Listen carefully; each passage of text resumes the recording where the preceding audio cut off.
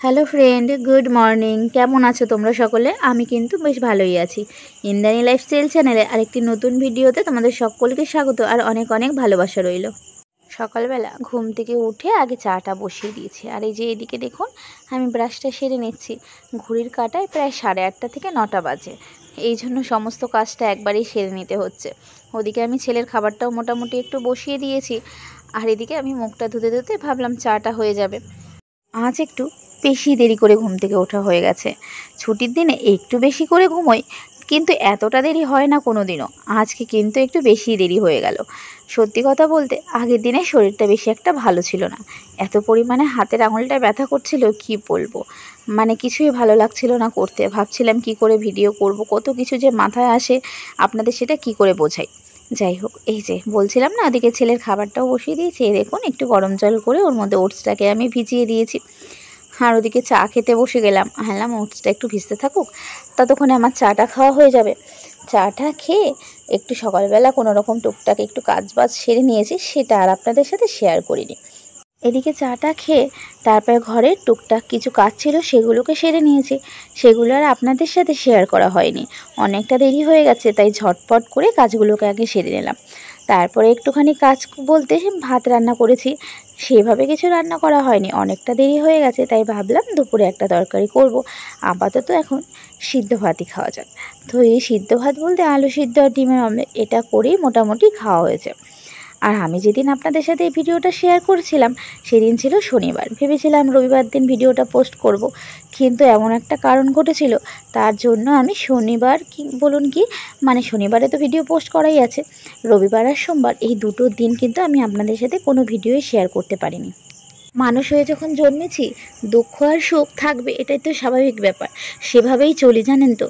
কোনো সময় কোনো বড় কিছু আশা করতে চাই না, যেটুকু আছে সেটা নিয়েই ভালো থাকতে চাই। কিন্তু সমস্যাটা কি বলুন তো, যদি সব সময় একইভাবে জীবন চলে, একইভাবে সমস্যার সম্মুখীন হতে থাকি, কতক্ষণ নিজেকে ঠিক রাখবো সেটাই বুঝতে পারি না। সেই জন্য মানসিক দিক থেকে দুজনেই খুব দুর্বল হয়ে পড়ছি দিন দিন। কিছুই ভালো লাগছে না যে কি করে এই সমস্যাটাকে কাটিয়ে উঠব।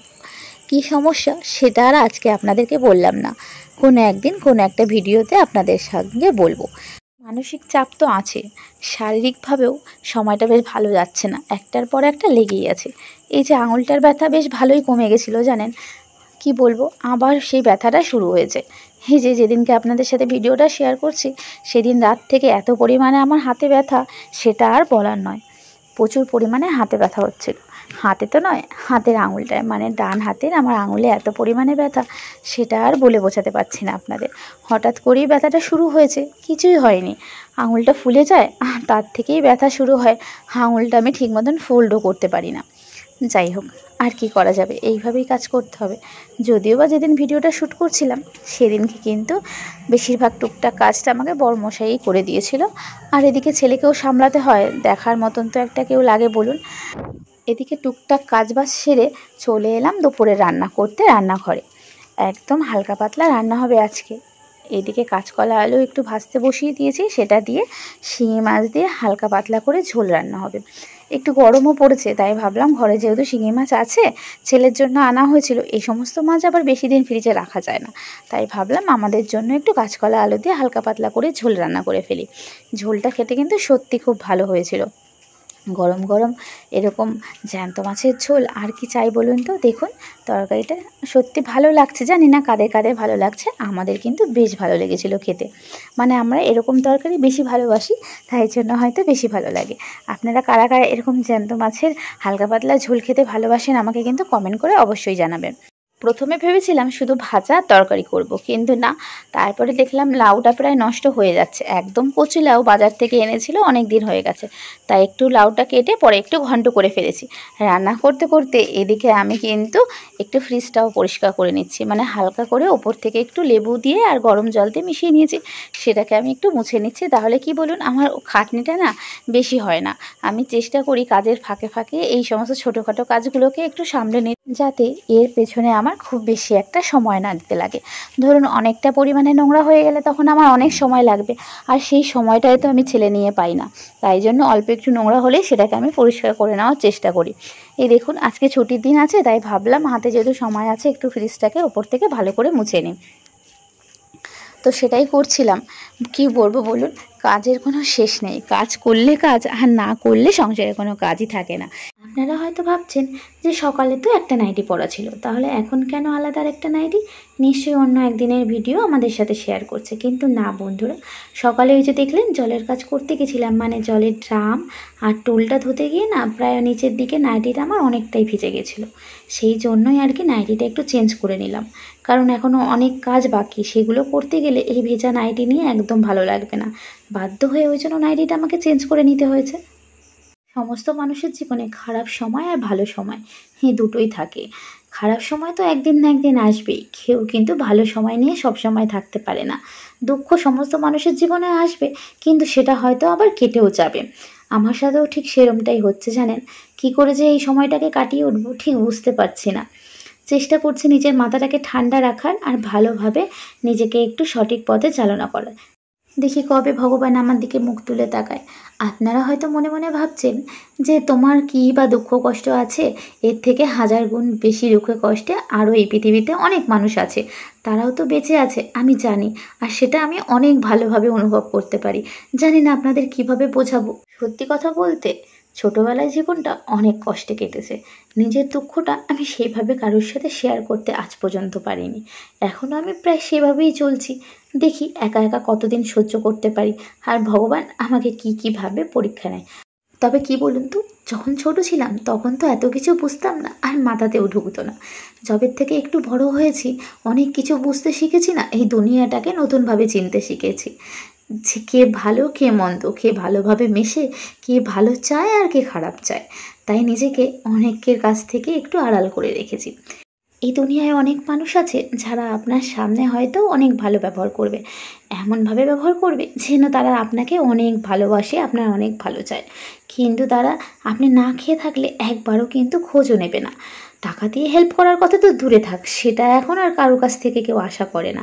তবে একটু ভালো মন্দ খোঁজখবর তো নিতে পারে, সেটাও কিন্তু কেউ প্রয়োজন বোধ করে না। অথচ যখন নিজের দরকার হয় তখন এমন একটা ভাব করে আসবে যেন আপনাকে কত ভালোবাসে এবং আপনার কত কেয়ার করে। যাই হোক, আপনাদের সাথে মোটামুটি অনেক কথা বলতে বলতে এদিকে কিন্তু জামা কাপড়গুলোকে আমি মেলে দিয়ে এসেছি।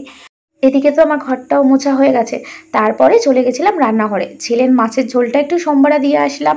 এসে টেবিলটাকে একটু মুছে নিচ্ছি। টেবিল মুছছি আর মনে মনে ভাবছি আর কি কাজ আছে সেটা আজকে সেরে নেওয়া যায়। কি করব, আজকে ছুটির দিন, যতগুলো কাজ পারি সবটাই আজকে সেরে নেওয়ার চেষ্টা করি। এদিকে দেখুন আমার ছেলের মাছের ঝোলটা হয়ে গেছে, এটাকে এবার নামিয়ে নিলেই হয়ে যাবে। একদম হালকা পাতলা করে করেছি। শিঙি মাছ ছিল, সেটাকে দিয়েই করে নিয়েছি। ছুটির দিনগুলোতে ভাবি একটু বসে রেস্ট নেব, বেশিক্ষণ বরের সাথে আড্ডা মারবো, কিন্তু সেটা আর হয় না। ওই যা ঘুমানো, সকালবেলা একটু বেশি ঘুমিয়ে নিই, ওটাই হলো আমার সারাদিনের রেস্ট। আর এই যে এদিকে ফ্রিজ খুলে দেখি অল্প কয়েকটা ভাত ছিল, সেই একদিন আগের ভাত, সেটাকে ভাবলাম একটুখানি ভেজে নিই, নাহলে ভাতটাকে আমার 2 দিন পরে আবার ফেলে দিতে হবে, মনে থাকবে না। তাই একটু আলু আর একটু বেশি করে পেঁয়াজ দিয়ে আর তেলের উপরে একটু সর্ষে ফোড়ন দিয়েছি। আর নামানোর আগে কিন্তু গরম মশলা, খেতে কিন্তু সত্যি ভালো হয়েছিল। অনেকটা না বিরিয়ানি সেন্ট লাগছিল জানেন। বরমশাই বললো বেশ ভালোই লাগছে কিন্তু খেতে।